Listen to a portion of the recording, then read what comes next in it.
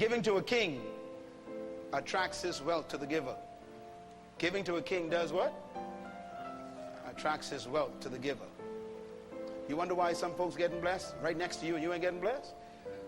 Don't get jealous. Ask them what they're giving. They giving stuff you don't know about. I haven't paid tithes, I guess for 20 odd years, maybe 25 years. I haven't paid tithes.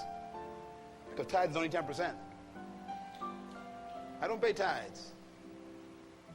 Why? That's the minimum God wants to get things started. And some of y'all can't even do the minimum.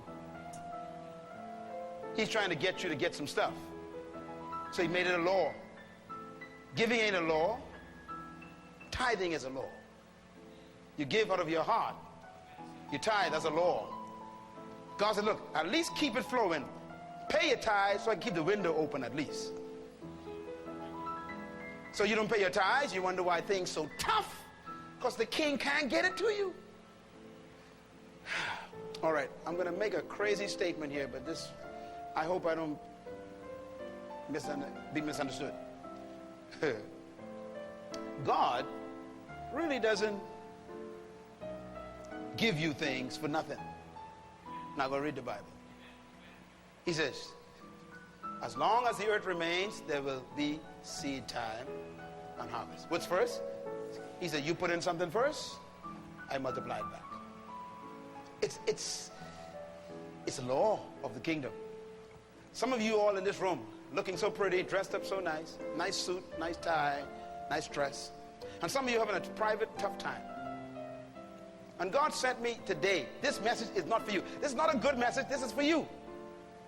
God said, look, that woman, that widow, with that last 2 meals, the last thing she needs to do is to give that first meal away. That's the last thing. If you only got 2 meals, you don't give them away. But God sent the prophet. God didn't send the prophet to take her meal. He sent the prophet to start a process. Clap.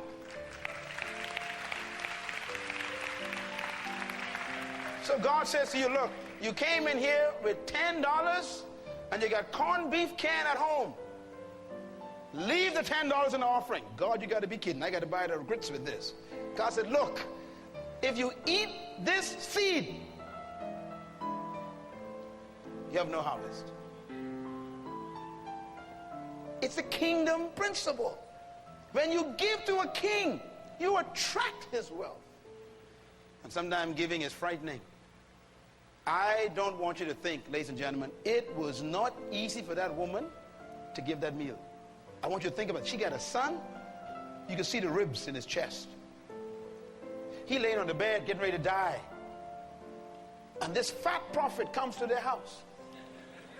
Yes, he was, because he just finished eating angel food cake fed by the birds. The guy was eating cake. That's dessert. I ain't talking about dinner. And he comes there, and this man of God comes to take this poor woman's last meal. It doesn't sound right. The king says, give me the meal first. Let me start the process. Every time I have an emerging need, I start giving more. Before it even comes, when it starts to emerge, I say, wait a minute, I got to short circuit that. I was born in Baintown.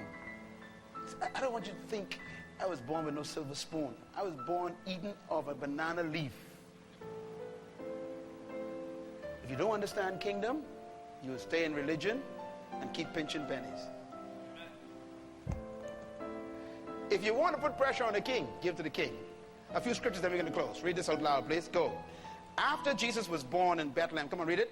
After Jesus was born in Bethlehem, during the time of King Herod, Magi, who are Magi? Local kings, came from the east, came to where? Jerusalem. And they asked, where is the one who was born what? King. So they heard there was a king born, and they were also kings. Read the rest of it. We saw his star in the east and have come to what? Worship him. Now what do they mean by worship? Worship means to bow down and to throw kisses at somebody. What did they do? They actually, look at verse 12. On coming to the house, come on, read it. On coming to the house, they saw the child, the king, with his mother Mary, and they bowed down and worshiped him. Then they opened their treasures and presented him with gifts of gold, frankincense, and myrrh. Ladies and gentlemen, these were smart kings. They were putting pressure on Jesus.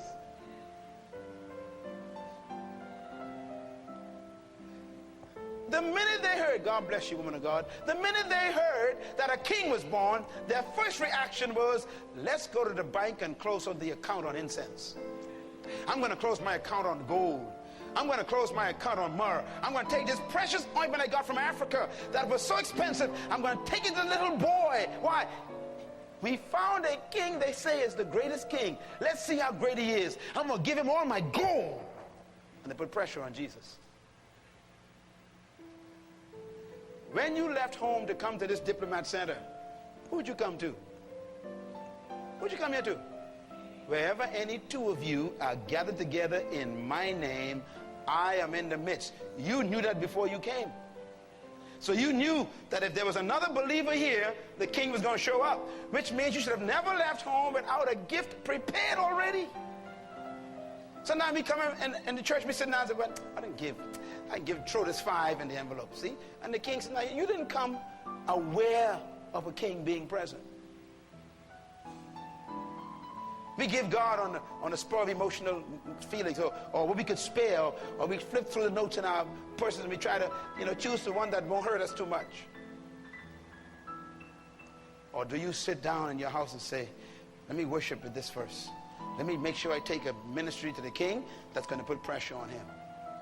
I'm going to give him such a good gift, he's going to help to multiply this thing to show that he's greater than me. Strange. They bought their gifts and gave it to him.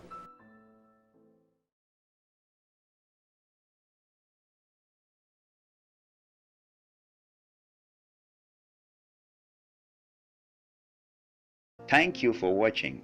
Please, you can support our work and get access to full videos plus exclusive content on our Patreon page. Don't forget to subscribe and hit the likes button. Please share this with your friends and always check the video description for more fun stuff. Thank you and God bless you.